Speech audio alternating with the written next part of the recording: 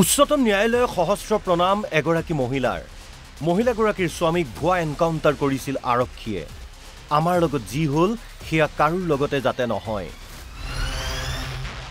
তেওঁলোকক আমি ইয়াৰ পৰাই সহস্ৰ প্ৰণাম জনাইছোঁ, নমস্কাৰ জনাইছোঁ আৰু যাতে আমাৰ যিটো হৈ গ'ল সেইটো যাতে পুনৰ কাৰো বেলেগত আৰু নহয়। ৰাজ্যত ভুৱা এনকাউণ্টাৰক লৈ উচ্চতম ন্যায়ালয়ত শপতনামাত বিস্ফোৰক তথ্য। বনভোজৰ পৰা উভতাৰ পথত ৩ নিৰীহক আৰক্ষীৰ এনকাউণ্টাৰ। বিগত বৰ্ষৰ ২৩ ডিচেম্বৰত সংঘটিত হৈছিল এই ভয়ংকৰ ঘটনা। শদিয়াত সংঘটিত ঘটনাই কঁপাই গৈছিল ৰাজ্য। অসমত সংঘটিত ভুৱা এনকাউণ্টাৰৰ ঘটনাক লৈ মঙলবাৰে উচ্চতম ন্যায়ালয়ত সম্পন্ন হয় এটা শুনানি। ভুৱা এনকাউণ্টাৰ সন্দৰ্ভত শদিয়াৰ ৩ গৰাকী ভুক্তভোগীয়ে দাখিল কৰিছিল শপতনামা। শপতনামাত দাখিল কৰা লোককেইজন হৈছে ভুক্তভোগী দীপজ্যোতি নেওগ, মনোজ বৰগোহাঁই আৰু বিশ্বনাথ বৰগোহাঁই। তেওঁলোকৰ শপতনামাত ওলাইছে বিস্ফোৰক তথ্য। শুনানি গ্ৰহণ কৰি স্তম্ভিত উচ্চতম ন্যায়ালয়ৰ বিচাৰক। কি হৈছিল শুনক ভুক্তভোগীৰ মুখেৰেই। 22 তাৰিখে আমি পিকনিক খাব যোৱা পাৰ্টি খাব গৈ আমি ফুৰিব গ'লোঁ। এইফালে ফুৰিব যাওঁতে আমাৰ তেল খতম হৈ যায় গাড়ী। তেল খতম হোৱাতে আমাক আৰ্মি কেম্পত আৰ্মি ধৰি মেলি লৈ যায়। লৈ গৈ আমাক পুলিচক খবৰ দিয়ে। শদিয়া পুলিচে গৈ আমাক আনি মেলি 23 তাৰিখে ৰাতিপুৱা এখন আমাৰ হাঁহখাতি ৰিজাৰ্ভত নিৰ্ধাৰণ কৰা হ'ব। আমাক এই আপোনাক তাৰ পৰা লৈ আহিছোঁ ক'ত গুলিয়ালে? হাঁহখাতি ৰিজাৰ্ভত। হাঁহখাতি যাব। আপোনাৰ এটা ভৰিত লাগিছে। আপোনাৰ লগত কোন কোন আছিলে? মোৰ লগৰ আছিলে মনোজ বুঢ়াগোহাঁই, তাৰ দুটা ভৰিত গুলিয়াইছে। তাৰ বুঢ়াগোহাঁই আৰু দীপজ্যোতি নেওগ। অৰুণাচললৈ বনভোজ খাবলৈ বুলি যোৱা ৩ যুৱকক ঘূৰি আহোঁতে ডিৰাক গেটৰ সমীপত আটক কৰিছিল আছাম ৰাইফলছে। কিছু সময়ৰ পাছতে শদিয়া আৰক্ষীয়ে জিম্মাত লৈছিল যুৱককেইজনক। পিছত পুৱতি নিশা হাঁহখাতি বনাঞ্চললৈ লৈ গৈ গুলিয়াইছিল যুৱককেইজনক আৰক্ষীয়ে। আৰক্ষীৰ দাবী আছিল যুৱককেইজন আলফাত যোগদানৰ বাবে গৈছিল। আৰক্ষীৰ বন্দুক কাঢ়ি পলাবলৈ চেষ্টা কৰিছিল।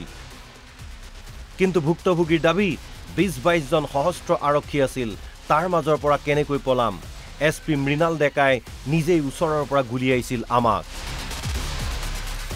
মানে তেখেতলোকৰ 20 জন 30 জন পুলিচ বাহিনী থকাৰ পিছত আমিনো কোনোদিন কেনেকৈ পলাম সিহঁতৰ ওচৰৰ পৰা? আৰু মিছা কথা আমাক আনি ডাইৰেক্ট পেলাই গুলিয়াই দিছে। মানে SP মৃণাল ডেকাই গুলিয়াইছে। সাধাৰণ কৰ্ম কৰি জীৱন নিৰ্বাহ কৰা দীপজ্যোতি, মনোজ আৰু বিশ্বনাথ এতিয়াও সুস্থ হৈ উঠা নাই। এক প্ৰকাৰ চিৰজীৱনলৈ পংগু হ'ল যুৱক ৩ জন। আছে পত্নী আৰু সন্তান।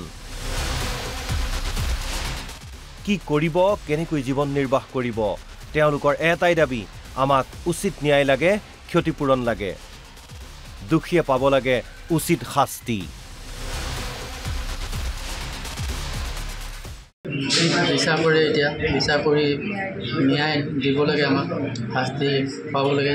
যোনজনে আমাক অপৰাধ কৰি হেৰি কৰিছে শাস্তি পাব লাগে, সেইটোৱে বিচাৰোঁ। আমাক ক্ষতিপূৰণ দিব লাগে। মোৰ এতিয়া দুটা ভৰি একো কামেই কৰিব নোৱাৰোঁ। মই যিখন গাড়ী চলাই মেলি খাই মোৰ পৰিবাৰ চলাই আছিলোঁ, সেইটো নোহোৱা হ'ল। উচিত তদন্ত হ'ব লাগে আৰু ন্যায় পাব লাগে।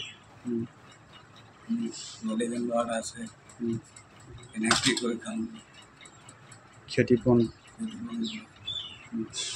বিচাৰ হওক, আমি সেইটোৱে বিচাৰিছোঁ। ভাল বিচাৰ হওক, তেওঁ বিচাৰ হওক, দুখীয়ে শাস্তি পাওক। যিয়ে নহওক, যি মূলনে নকৰক, তেওঁ শাস্তি পাওক। সঁচাকৈ ন্যায় পাবনে আৰক্ষীৰ ভুৱা এনকাউণ্টাৰৰ বলি হোৱা এই দুৰ্ভগীয়া যুৱক ৩ জনে?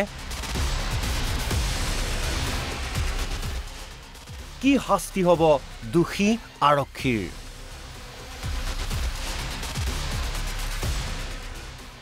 শদিয়াৰ পৰা ঋতুৰাজ চিৰিঙৰ সহযোগত news desk report NB news.